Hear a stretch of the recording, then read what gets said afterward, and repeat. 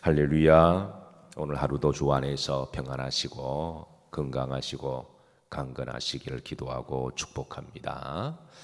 자, 시편 38편은 한마디로 말하면 따라서 하십니다. 다윗의 회개시. 다윗의 회개시입니다. 자, 시편에 보면 다윗의 회개시가 총 5편이 있습니다. 시편의 전체 회개시가 7편 있는데요. 그 7편 중에 이 5편이 다윗의 회개시로 보면 비율적으로 보면 굉장히 많다고 할 수가 있겠죠. 자, 이는 다른 말로 하면 이제 다윗은 은혜 받는 것도 매우 빨랐지만 은혜도 잘 받았지만 회개도 빨랐다는 것을 알 수가 있습니다. 사랑하는 성도 여러분, 저는 여러분들이 은혜를 잘 받으시기를 기도하고 축복합니다. 은혜를 잘 받는 것은 복입니다. 은혜 받을 때마다 하나님 우리의 기쁨을 주시고 또 감사를 주시고 감동을 주시기 때문에 은혜를 안 받는 것보다 받는 게 훨씬 더 복된 인생입니다. 오늘도 은혜 많이 받으시고 오늘도 감사와 기쁨과 감동이 있는 하루가 되시기를 축복합니다. 자, 은혜도 잘 받아야 되지만 뭐도 빨라야 됩니까? 회개도 빨라야 합니다. 이게 이제 다윗의 믿음인데요. 자, 다윗은 이 하나님이 회개하는 마음을 주시면 회개하고 또 죄를 지었으면 회개하고 성령이 마음에 근심을 주시면 또 회개하고 또 죄가 생각이 나면 회개하고 이는 우리 성도도 마찬가지입니다. 말씀을 통해서 내 마음에 이제 양심을 찌르시면 우리가 또 돌아보고 회개하고 또 살다 보면 크고 작은 허물과 실수가 있을 때에 그때 바로 회개하는 것이 복이고 또 어떤 경우는 내가 모르는 죄도 있잖아요. 그런데 어떤 날 생각나게 하실 때가 있습니다. 성령께서 생각나게 하시거나 문득 돌아보니까 또 생각이 날 때도 있고 또 어떤 경우는 또 말씀을 묵상하시다가 또 말씀을 듣다가 그때 생각나면 그때 바로 회개하는 게 복인 줄로 믿으시길 바라고 어쨌든 은혜도 잘 받으시고 회개도 잘 하시기를 주의 이름으로 축복합니다. 자, 본시의 배경은 다윗이 우리의 아내 밧세바를 범하고 난 다음에 이제 회개하는 그런 내용인데요. 우리가 이제 38편을 보면 정말 다윗이 처절하게 회개합니다. 이 정도까지 이렇게 고통스럽게 회개를 꼭 할 필요가 있나 말할 정도로 너무 처절하게 회개를 해요. 그래서 우리 여기에서 두 가지 레슨을 넣는데요. 이 다윗의 회개는 그냥 입에 발린 그런 말로만 회개가 아니라 정말 진정성 있는 그리고 마음 영혼 깊은 곳까지 하는 참된 회개다라는 걸 우리가 그냥 느껴요. 우리가 오늘 4절까지 말씀을 보지만 여러분 이제 내일도 또 말씀 이어서 계속 보게 될 텐데 야, 이렇게 처절하게 회개를 할 필요가 있을까 하는 정도로 그렇게 처절하게 회개합니다. 이는 다른 말로 말하면 다윗 회개는 입에 발린 형식적인 회개가 아니라 정말 진정성 있는 회개를 하나님이 받아주셨다라는 것을 우리가 알게 될 거고요. 두 번째는 하나님이 왜 이 38편을 이게 기록하게 하셨느냐. 그런 성도들이 죄를 지을 때 어떻게 어떤 자세와 마음으로 회개해야 될지 하나님 롤 모델로 제시하는 말씀이기도 해요. 우리도 살아가다 보면 본의 아니게 알든 모르든 죄를 범하기도 하고 실수도 하고 허물이 있습니다. 그럴 때에 하나님 우리들에게 회개를 하라라고 말씀이나 성령을 통해서 우리에게 깨닫게 하시는데요. 그래서 우리가 워낙 죄를 많이 씻다 보고 허물도 많이 하잖아요. 날마다 우리가 실수하고 날마다 허물하고 많다 보니까 이게 이제 회개도 많다 보면 이게 습관적으로 그냥 셀 처리를 땡 처리를 할 때가 있습니다. 회개하라 그러니까 습관적으로 그냥 퉁 처리할 때 그런 회개는 자기도 모르게 그게 이제 매너리즘에 빠지게 되고 회개를 입으로만 하는 건성의 그런 뉘우침이 될 수가 있는데요. 우리가 그렇게 해서는 안 되죠. 하나님 우리 마음의 중심을 보시니까 작은 죄든 큰 죄든 하나님 앞에 할 때는 우리가 인격적으로 해야 되고 정말 진정성 있게 해야 되고 참으로 할 때 하나님이 그때마다 우리 인격을 보시고 진정성을 보시고 하나님은 용서하시고 그거를 털어버리시는 하나님이신 줄로 믿습니다. 그래서 오늘 이 시편 38편은 하나님은 다윗을 통해서 성도가 어떤 마음과 믿음과 자세로 회개를 해야 될지 좋은 롤 모델을 제시하고 있는 것을 우리가 인지하심으로 오늘 이제 본문 말씀에 이제 이 다윗의 회개로 들어가도록 하십니다. 자, 첫 번째입니다. 첫 번째로 하나님은 기본적으로 죄에 관한 한 분노하시고 책망하신다는 것을 전제로 하고 있습니다. 1절 한번 다 같이 보십니다. 여호와여 주의 노하심으로 나를 책망하지 마시고 주의 분노하심으로 나를 징계하지 마소서. 이게 책망, 분노라고 하는 단어를 계속 강조하고 있습니다. 이는 기본적으로 다윗은 하나님은 죄에 대해서는 뭐 하신다? 노하신다. 죄에 대해서는 싫어하신다. 죄는 책망하시는 하나님이시고 분노하시는 하나님이시다. 여러분 알다시피 다윗이 얼마나 믿음이 좋아요. 그 다윗이 또 얼마나 헌신도 많이 했습니까? 또 다윗이 얼마나 은혜로운 사람인가요? 그래서 다윗이 내가 믿음도 헌신도 많이 하고 은혜도 많았기 때문에 하나님 이 정도는 봐주세요. 업등구를 해주세요. 그럴 수 있잖아요. 우리가 교회에서 헌신을 많이 하고 난 다음에 약간의 어떤 서운함이 있었습니다. 그러면 그 정도야 뭐 교회에서 봐줘야지 뭐. 그거는 인지상정으로 충분히 우리가 공감할 수 있는 부분이지만 그러나 하나님은 죄는 죄라는 거예요. 우리가 흔히 관용어로 예외는 뭐하다? 없다라는 말이 있죠. 일종의 관용어입니다. 근데 하나님은 죄에 대해서는 예외는 없습니다. 그게 다윗이 죄를 지었다고 할지라도 다윗이 아무리 많은 헌신과 또 은혜고 믿음으로 살아갔다고 할지라도 다윗이 죄를 범하고 난 다음에 하나님 그냥 봐주세요. 눈 한번 쫙 감아주. 그런 태도로 하지 아니하고 기본적으로 죄는 하나님이 뭐 하신다? 싫어하신다. 죄는 노하신다. 죄는 책망하신다. 그러니까 하나님 나를 긍휼히 여겨주시고 하나님 회개할 때 용서해달라는 그런 마음의 자세를 가지고 있다는 거죠. 마찬가지입니다.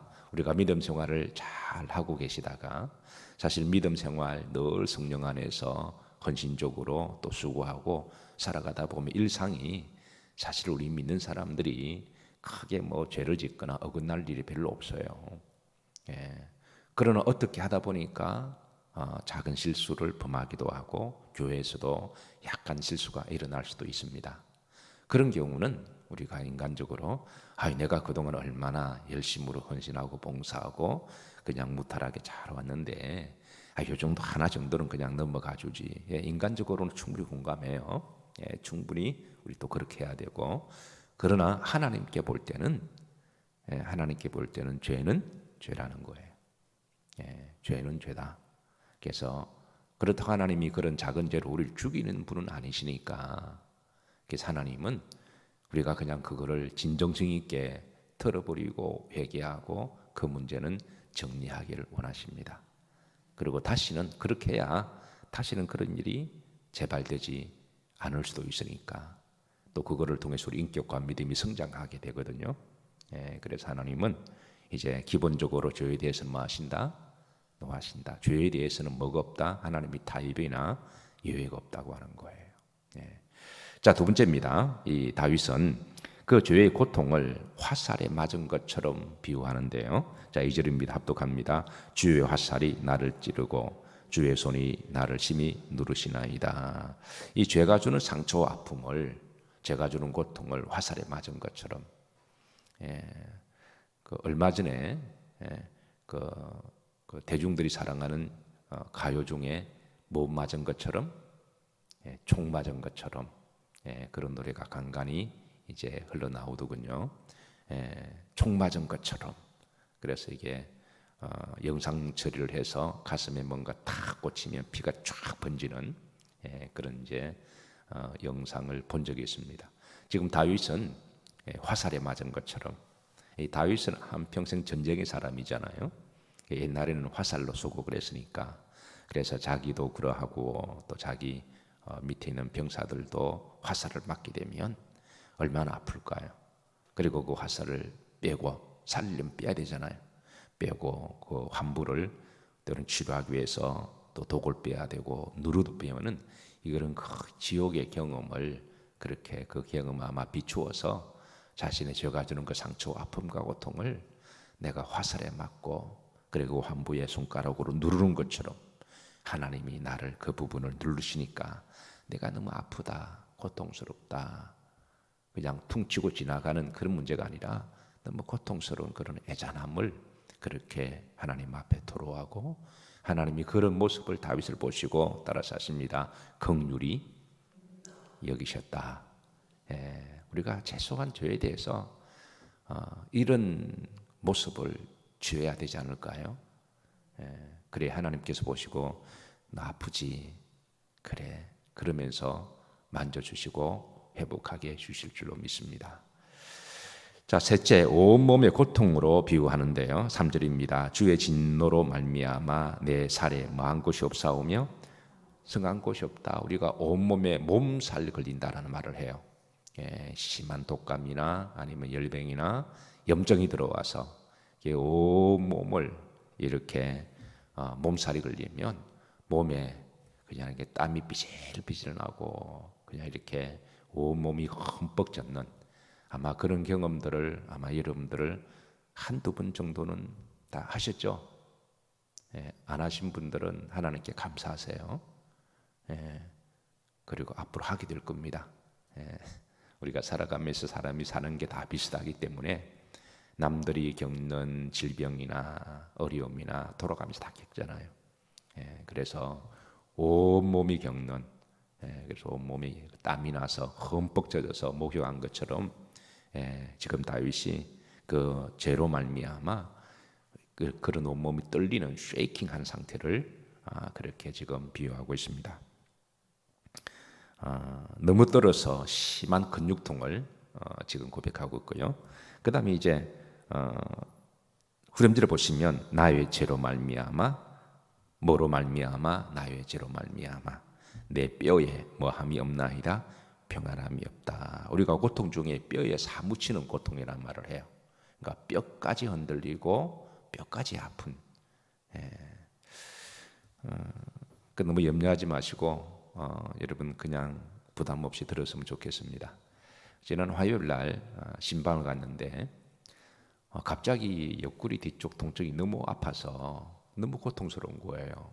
처음 겪는 고통이어서 그리고 또 신방 중에 또 기쁨으로 즐겁게 마리아와 마르다의 잔치 자리에서 기쁨으로 신방을 받는데 거기에서 그 아픈 것을 표현할 수도 없고 그래서 몸의 속에 땀이 날 정도로 너무 아파서 어쨌든 안 아픈 척하고 신방을 잘 드리고 그리고 이제 좀 더 있고 싶은데 그래 차 한 잔 끝까지 마시고 이제 인사하고 왔습니다. 차 타고 오는데 너무 고통스러운 거예요. 그동안 허리가 아파서 또 허리가 아픈 그런 고통도 있었지만 이게 맹장이 터졌느냐 눅막이 터졌느냐 왜 그런가 허리는 아닌 것 같은데 하여튼 내가 처음 겪는 고통이어서 그래서 화요일날 무양실 오자마자 바로 들어 누웠습니다.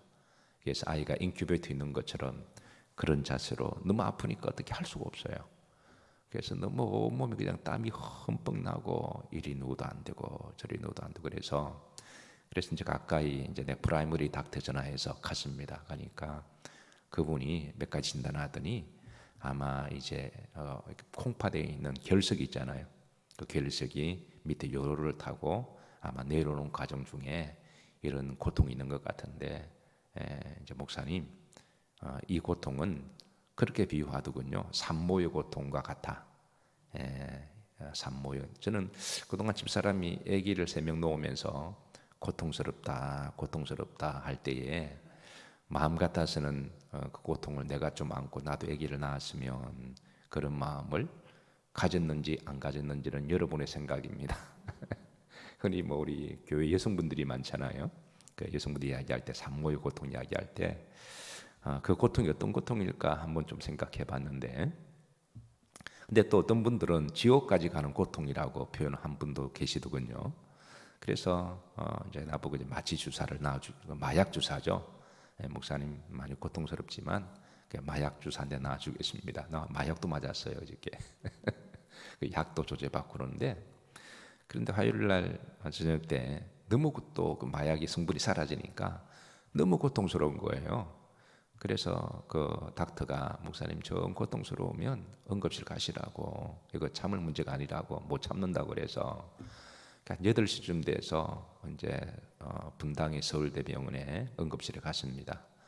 가니까 절차가 뭐 그리 복잡한지 그래서 절차를 받고 기다리다가, 그래서 이제 CT 촬영도 하고, 또 그거 하니까 또 마약도 또 주사를 또 놓더군요. 너무 아프니까. CT 보니까 그 양쪽 콩팥에 그 이제 결석이 들어가 있고, 하나가 오른쪽을 타고 내려오다가 그게 이제 이 고통을 유발하게 된 것을 원인을 알았으니까, 그래서 그러니까 새벽 4시가 되더라고요. 그래서 이제 그리고 또 어제 또 아침 8시 또 한 번 고통이 오고, 어제 그래서 또 저녁에 또 오고, 그래서 집사람한테 농담 삼아, 예인이 엄마 나 그동안 애 한 5명 낳았어. 그래서 근데 이제 의사가 나보고 물을 많이 먹고, 그래서 좀 크면 수술을 해도 되는데 좀 작아서 수술을 할 필요는 없고 그냥 물을 많이 드시고 그렇게 좀 이렇게 자꾸 뛰라고 그렇게 이제 처방을 받았습니다.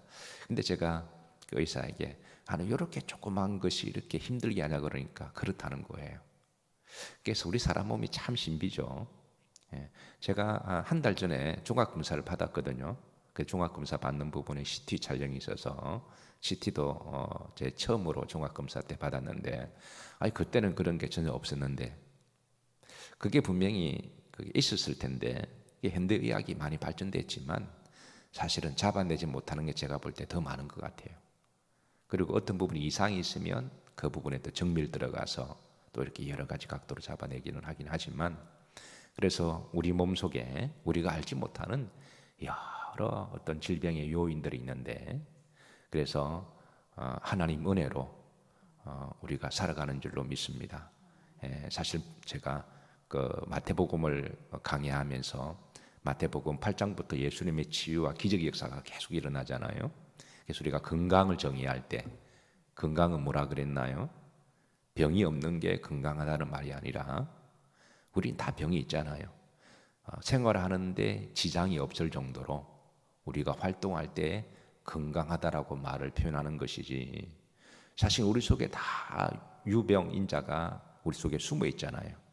그런 것들이 어느 한 부분이 톡톡 튀어나오면 그때서야 우리가 병이 있다라고 말하지만, 사실은 기본적으로 다 바이러스나 모든 병들이 있는 거죠. 그래서 요로결석이 왜 생기냐 물어봤더니 그거는 뭐 모든 사람들에게 다 생길 수 있다 그러더군요. 음식을 먹으면 그게 미세한 찌꺼기들이 차곡차곡 쌓여서 그게 이제 결석이 되고, 그게 어떤 사람은 그냥 자기도 모르게 소변을 통해서 쑥 빠져나가기도 하지만, 어떤 사람은 그게 이제 빠져나가지 않고 딱 걸리면 그렇게 이제 복골복이다라고 말하는 사람도 있고. 그래서 제가 그런 경험하면서 3가지를 제가 새로 느낀 게 있는데, 첫 번째는 예수님의 고통을 제가 다시 한번 되새겼습니다. 뭐 제가 목사이기 때문에 그렇기도 하겠지만 저뿐만 아니라 여러 성도님들도 아마 다 그렇게 생각하실 거예요. 어려움을 당하면 어떤 부정과 원망보다도 예수님이 당한 고통은 얼마나 크실까, 우리가 그 고통에 조금이나마 동참할 수 있다는 것도 저도 은혜라고 생각해요. 두 번째는 우리 성도들이 아플 때 어려울 때 얼마나 힘들었을까 생각합니다. 미국에 있을 때 한 성도가 이 여로 결석 고통 때문에 너무 아파서 제게 전화하고 전화로 기도 받으시고, 그리고 이제 저보고 기도해 달라고 그렇게 호소한 분이 얼굴이 떠올랐습니다. 근데 그분은 하나님이 특별히 사랑하셔서 이제 병원 시술도 안 하시고 자연스럽게 빠졌어요. 기도하시다가. 그래서 그 다음 주에 너무 기뻐서 아예 목사님 기도해 주셔서 결석이 그냥 쑥 빠져나갔다고 그 얼굴이 눈에 들어오면서 그때 그 성도의 고통을 제가 또 함께 공감할 수 있어서 좋았고, 그리고 또 살면서 여인들이 그 산모의 고통을 제가 경험해서 좋았습니다. 언제 그런 걸 경험만 해볼까요? 그렇구나. 여성들이 이 산모의 고통은 제가 지어낸 말이 아니라 그 의사들이 아이를 낳아본 여인들이 요로 고통을 당했을 때에 한 말이니까 그 뭐 근접하다고 할 수 있겠죠. 그래서 세 번째는 하나님 그동안 제 60여 인생 가운데 이런 것을 한 번도 경험하지 않고 살아온 것 하나님 은혜입니다. 사실 그 전에 뭐 그런 일 당할 수 있는데 지금 당한 거잖아요. 또 앞으로 또 어떻게 될지는 모르겠지만 그래서 그동안 건강하게 하나님 잘 살았습니다. 건강하게 59년 동안에 잘 살았으니까 이제 우리 몸이 나이가 들고 또 여러 가지 또 축척이 되고 연약한 부분이 그런 부분 하나가 톡톡 튀어나오는 것에 대해서는 우리가 자연스럽게 받아들여야 되지 않을까요? 그건 그동안 하나님 공짜로 잘 살았습니다. 따라서 하십니다. 공짜로 앞으로도 건강하게 잘 사세요. 공짜로 사는 거예요. 공짜로.